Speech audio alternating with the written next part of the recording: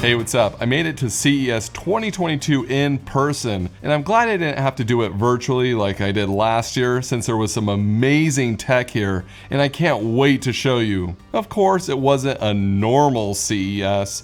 There was some missing booths and fewer people, but it actually made it more enjoyable because it was so quiet. That way I could test out things like these crazy invisible headphones from Novetto. The way it works is when you're sitting or standing in front of it, you can hear the sound just fine. But take a few steps to the side and you can barely hear the audio anymore.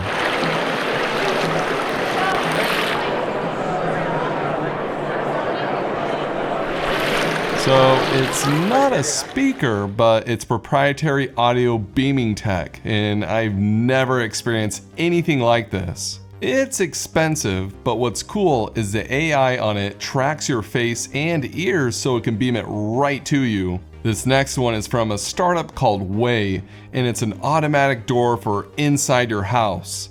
Remember the doors in Star Trek? Yeah, it's basically this. There's a motion sensor that can open the door as you walk up to it. They disabled it because, all the people at CES. But you can also do a swiping hand motion. These doors open and close so fast. And if you're wondering how many injuries has this caused, well, 0, because it's brand new and it hasn't been released yet. But it does have sensors in the door frame to stop it if it senses someone. It's $2,500 per kit, and I think automated doors are the future. At TCL, they had some amazing TVs, as you would expect, like an 8K mini LED TV that was extremely thin. But what really caught my attention was the NXT Wear Air. It has dual micro OLED screens inside the glasses. It connects to any USB-C phone and shows the phone screen on them. It's difficult to capture what the screen looks like, but it's 1080p, a simulated 140-inch screen, and it's transparent. They have these magnetic attachments that look like sunglasses to block out the background, so the transparent screen is easier to see. It's their second version of these, and they look better than the first version. Govee showed up at CES for their first time with some new lights. A computer immersion kit that's gonna come out sometime this year with new light strips and light bars. They were also showing off their rope light that came out a few months ago and some brand new 3D Glide Hexa wall panels. It's similar to normal wall panels that you might have seen from Nanoleaf, but these have raised edges for a 3D look. Next up is Rainstick, and they made a shower that recycles water. It saves up to 80% water by sucking it back up and using it again. It's pretty cool and reminded me of the suits on Dune recycling sweat. There are 3 stages of filtering, and it does need to be cleaned every few weeks. If you're one who pees in the shower, don't tell me down in the comments, but you can change modes to not recycle temporarily. So they got you covered. You can pre-order it now for $3,500 and it ships at the end of the year. There was a lot of pet tech at CES, but the collar from Unboxia stood out. It's the first collar to measure the respiratory and heart rate with tiny radar sensors. It's only for medium to large dogs, so sorry Luna, we may never figure out what's going on with you, like why your ears point in different directions. It has built-in GPS that uses 4G LTE connection to track your dog and alert you if they run away. It's pretty cool, especially for older dogs or ones recovering from surgery. If you thought robot vacuums were already advanced, well, Roborock has taken all the features and price way up. It's the S7 MaxV, and this thing is crazy. There are 3 containers on the dock now. One is for the self-emptying dustbin like we saw last year from the S7, and the other 2 are for mopping, which is this one's new specialty. After mopping for 20 minutes, it will go back to the dock and clean the mop. It has this little scrub brush in the dock to get all the dirt off. And just like the S7, the mop uses sonic vibration to clean the floor better and lifts up when it detects carpet. It has cameras in front to avoid objects, and it costs a whopping $1,400, but that's expected for how much this can do. So there's always tons of new concept cars at CES, but this year surprised me way more than normal. For example, one of the ways to get around at CES was made by Elon Musk's Boring Company. You jump into a Tesla car and they zip you through underground tunnels. It was awesome. Someday these stations will be all over Vegas and the cars will drive autonomously. Then there was the BMW that could change colors. This thing basically stole the show, and rightfully so, because this thing was so amazing to see in person. It uses e-ink, you know, like what the Kindle uses, to change colors. It seems like complete overkill, but could actually be good for fuel efficiency.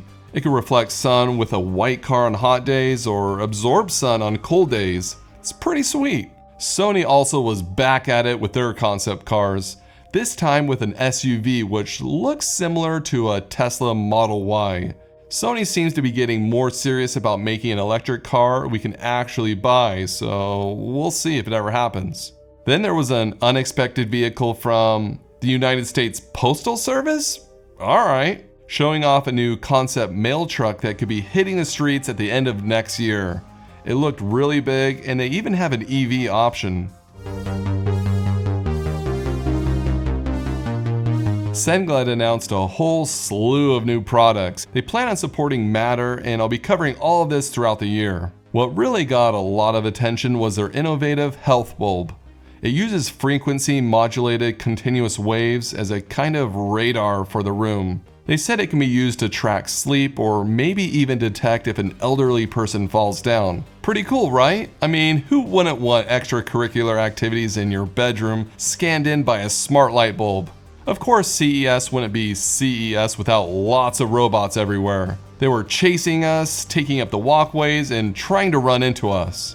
One of the robots that actually seemed pretty useful is from Labrador. It can grab a tray and carry it around, perfect for drinks or medicine with those with limited mobility. It can carry up to 25 pounds and isn't flashy like some robots with faces. Instead, it's completely practical. It has cameras and sensors to map out the house and not run into anything. And it was really cool to see it grab a tray and put it back. We've seen smart window shades, but automating the window for fresh air is new. Smart Slider just announced a device that you can add to your existing windows to automate them. It works with Amazon, Google, Siri, or just with a button. You can also automate it with an Amazon routine. Like say you have Amazon's new air quality monitor and the air isn't very good. It can have the window automatically open. You can even put it on sliding glass doors, so it could be pretty useful. My wife Allie's favorite thing was the new Withings scale with an attached sensor. Yeah, sorry Withings. Okay, actually her favorite thing was Cocoon. These are extremely thin in-ear headphones to help you fall asleep. They work with Spotify, and once it detects you dozing off, it can play white noise so you can stay asleep. They were extremely light and thin, so I think you could actually sleep wearing them. If you lose your wallet often, the Chipolo card is a tracker that can help you find it. It's just a little bit thicker than a credit card, and it works on Apple's Find My system. It can make a beeping noise to help you find it, and it costs $35. It does not have a replaceable battery, but they say it should last around 2 years. And after that, you can send it to Chipolo for half off another. Alright, so one of the things that was weird about this CES was that there was a lot of empty booths. Ring didn't show up, and they turned their spot into a sponsored lounge. It was a great place to relax, so thanks Ring, I guess. Usually LG has the most grandiose booth at CES. This year, if you made the long journey to CES, they rewarded you with a QR code. It'll help you imagine what the previous year booths look like. It's pretty much the same thing, isn't it? That's because of the current variant going around.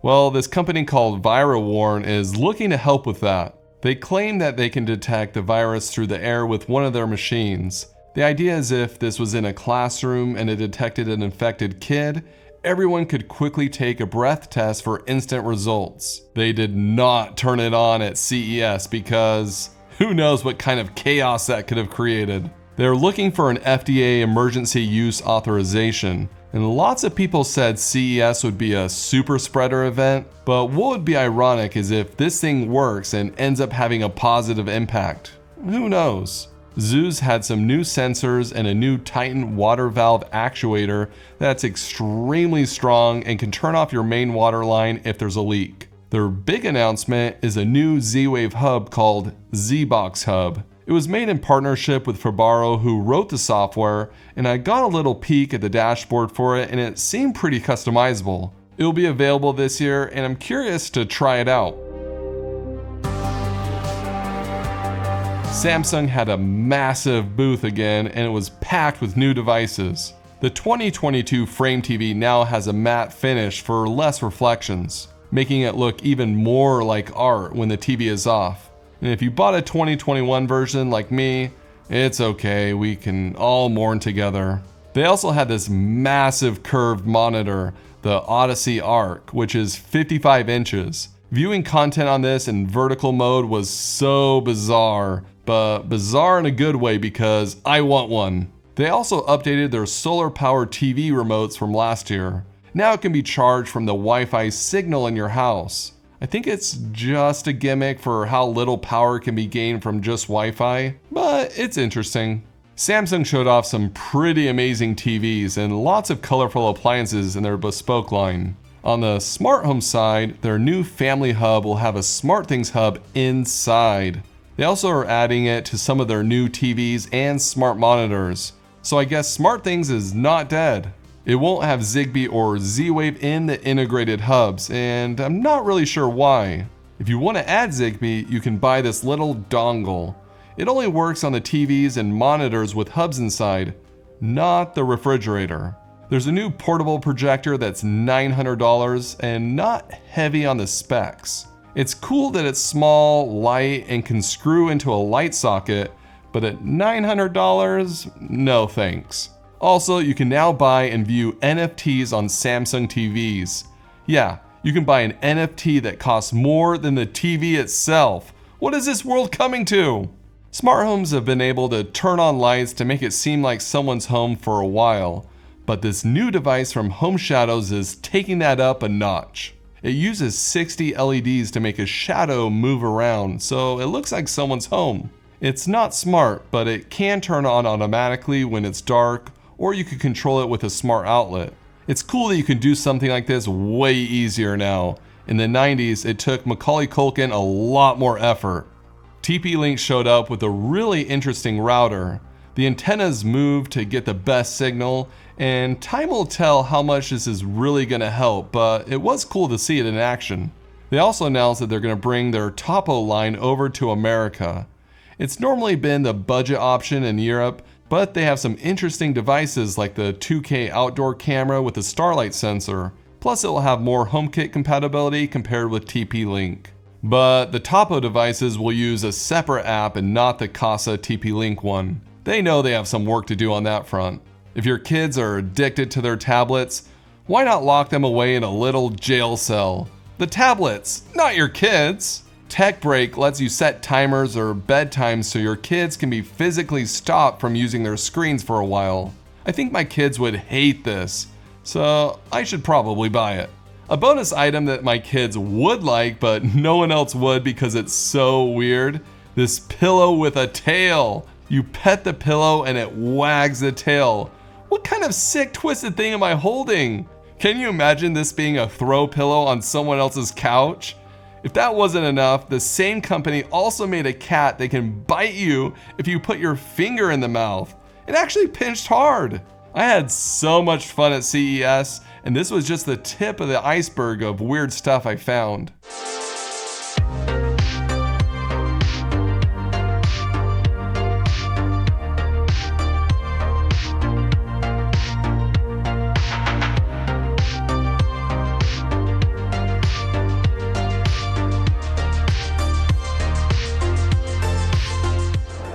My name is Amica.